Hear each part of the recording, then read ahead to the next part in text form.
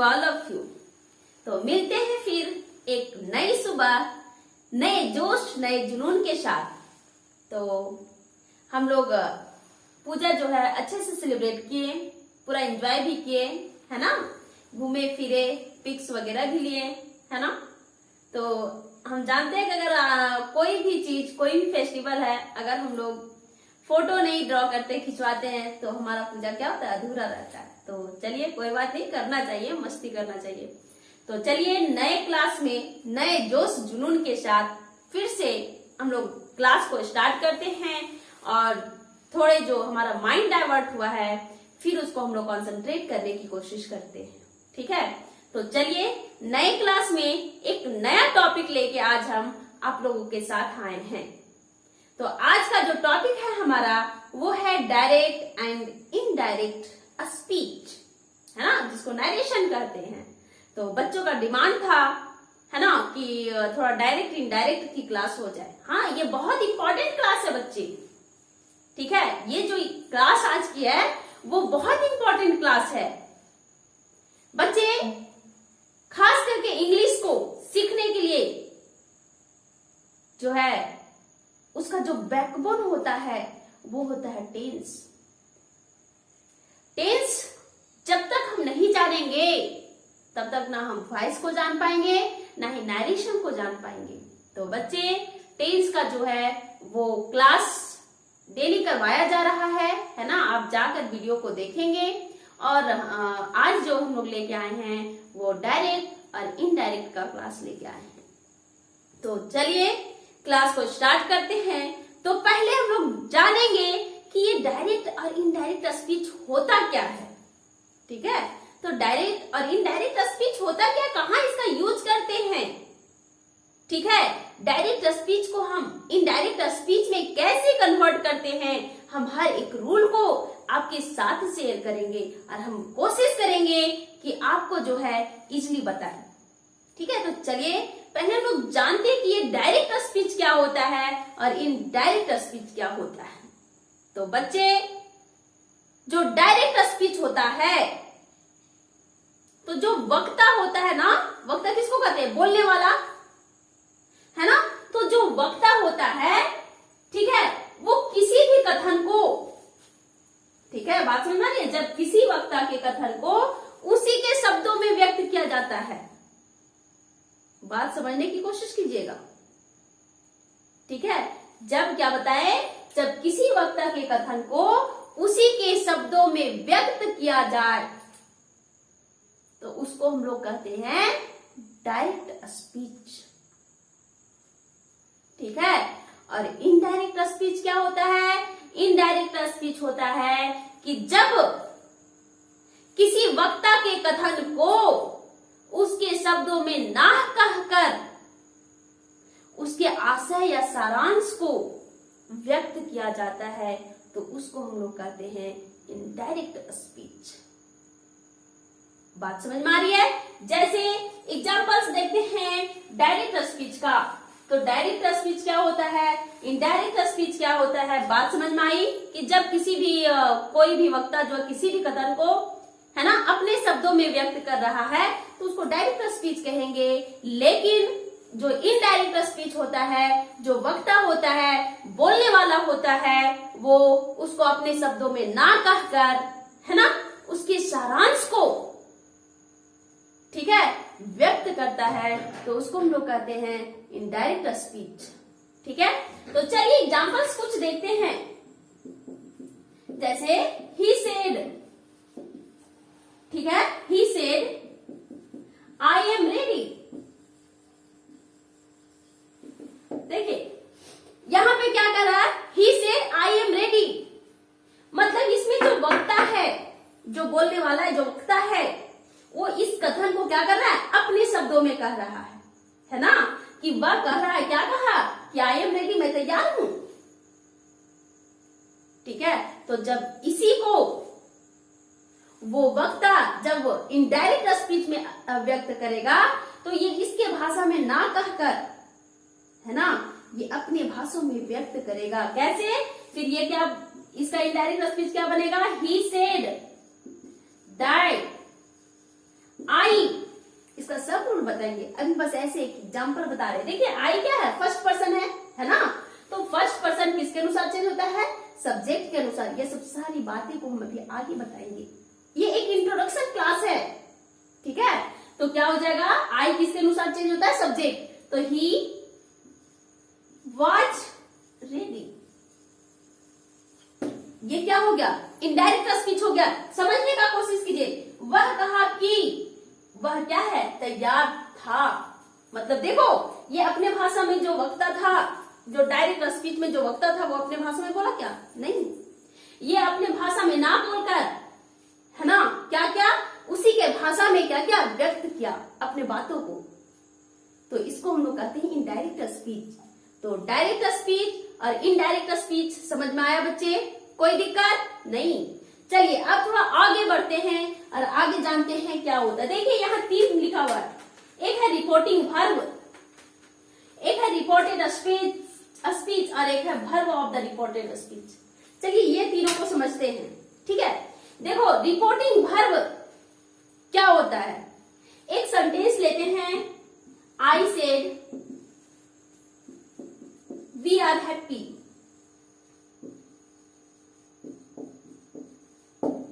ठीक है, क्या है, I said we are happy. देखो ये क्या है, डायरेक्ट स्पीच में है, डायरेक्ट स्पीच में है ना, मैंने कहा क्या, हम लोग क्या थे, खुश हैं, ठीक है। तो देखो बच्चे, ये इन्वर्टेड कॉमा के अंदर है, ठीक है, एक 2 सेंटेंस है, एक इन्वर्टेड कॉमा के बाहर है और दूसरा जो सेंटेंस है वो इन्वर्टेड कॉमा के अंदर है, ठीक है, देख लो ना, एक इन्वर्टेड कॉमा के अंदर है एक वाक्य और एक क्या है, आउटसाइड है, बाहर है। तो जो रिपोर्टिंग वर्ब होता है वो इन्वर्टेड कॉमा के आउटसाइड, बाहर में जो वर्ब होता है ना, सेड, ये वर्ब है कि नहीं, वर्ब है, तो इसी को हम लोग कहते हैं रिपोर्टिंग वर्ब। क्या कहते हैं, रिपोर्टिंग वर्ब कहते हैं। तो किसको कहते हैं, इन्वर्टेड कॉमा के बाहर में जो वर्ब होता है उसको हम लोग रिपोर्टिंग वर्ब कहते हैं। और रिपोर्टेड स्पीच किसको कहते हैं बच्चे, तो इन्वर्टेड कॉमा के अंदर में जो सेंटेंस होता है, ठीक है, इन्वर्टेड कॉमा के अंदर कौन सा सेंटेंस है, वी आर हैप्पी, तो जो वी आर हैप्पी है ये क्या हो गया, रिपोर्टेड स्पीच हो गया। बात समझ में आई, रिपोर्टिंग वर्ब समझ में आ गया, रिपोर्टेड स्पीच समझ में आया। अब जो नेक्स्ट है वो है verb of the reported speech. तो जो verb of the reported speech है ये क्या होता है, देखो रिपोर्टिंग वर्ब रिपोर्टेड स्पीच के, इट मीन्स इन्वर्टेड कॉमा के अंदर में जो सेंटेंस है, ठीक है, रिपोर्टेड जो ये इन्वर्टेड कॉमा है इसके अंदर में एक सेंटेंस है, वी आर हैप्पी, तो इसमें जो वर्ब यूज किया गया है, तो इसमें तो भी हेल्पिंग वर्ब यूज किया गया आर, तो यहाँ के लिए जो verb of the reported speech होगा वो कौन होगा, तो आर होगा, ठीक है। तो ये बात समझ में आया, रिपोर्टिंग वर्ब किसको कहते हैं, रिपोर्टेड स्पीच किसको कहते हैं और verb of the reported speech किसको कहते हैं। ये तीनों बात समझ में आई, कोई दिक्कत यहां तक, कोई दिक्कत नहीं। बच्चे जो डायरेक्ट स्पीच को इनडायरेक्ट स्पीच में जब हम लोग कन्वर्ट करते हैं तो उसके लिए कुछ रूल्स होते हैं। अगर आप उस रूल्स को जान लेंगे तो ये क्लास, ये जो टॉपिक है वो बहुत ही इजी हो जाएगा। चलिए थोड़ा सा और उसको डिस्कस थोड़ा कर लेते हैं, उसके बाद हम लोग क्लास को ओवर करेंगे, ठीक है। देखिए बच्चे, ये कोई हार्ड नहीं है, हम लोग को बस लगता है कि ये बहुत हार्ड टॉपिक है, लेकिन ये बहुत इजी है, लेकिन इजी तरीके से पढ़ोगे तब। चलिए देखते हैं वो क्या है, पढ़े होंगे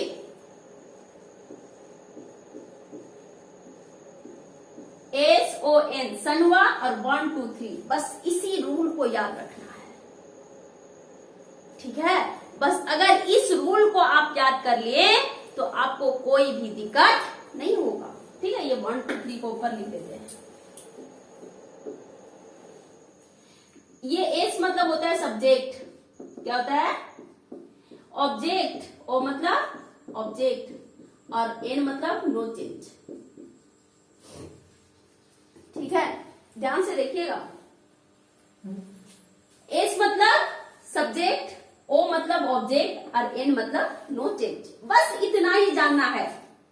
समझिए, आपका ये रिपोर्टिंग जो डायरेक्ट से इनडायरेक्ट स्पीच बनाना है वो समझो सरल हो गया।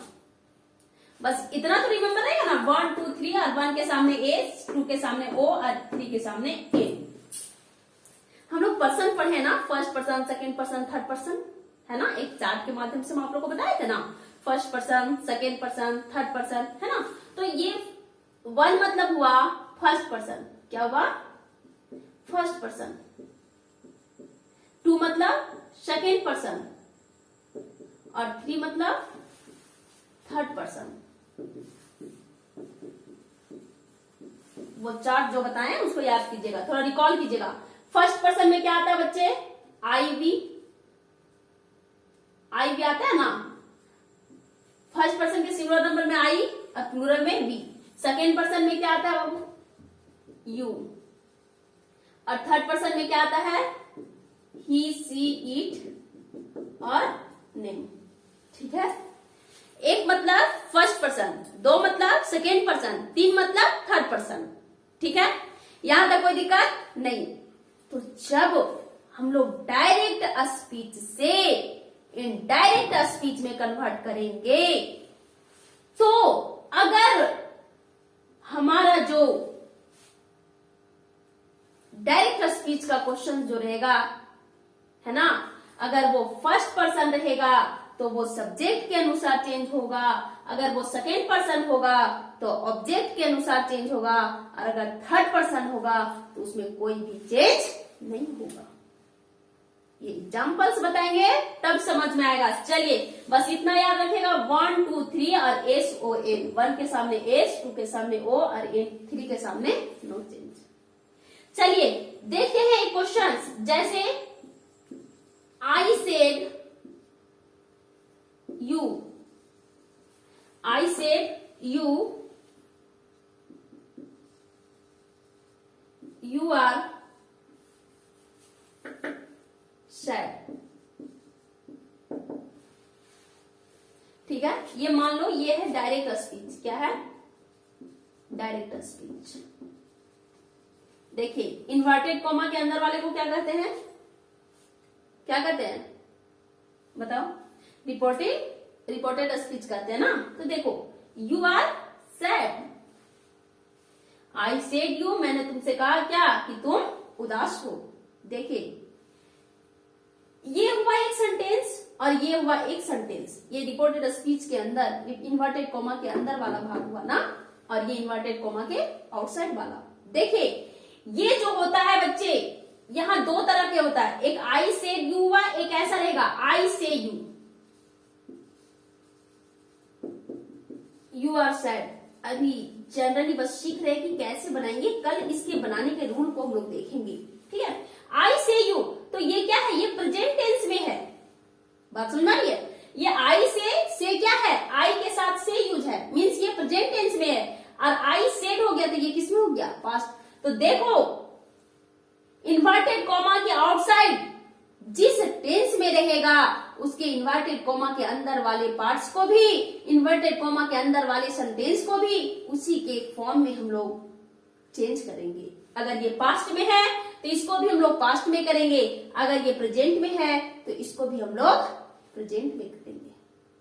ठीक है, तो जो सेड होता है वो किस में चेंज होता है, तो टोल्ड में। जब इसको इनडायरेक्ट स्पीच में हम लोग करते हैं तो ये टोल्ड में होगा।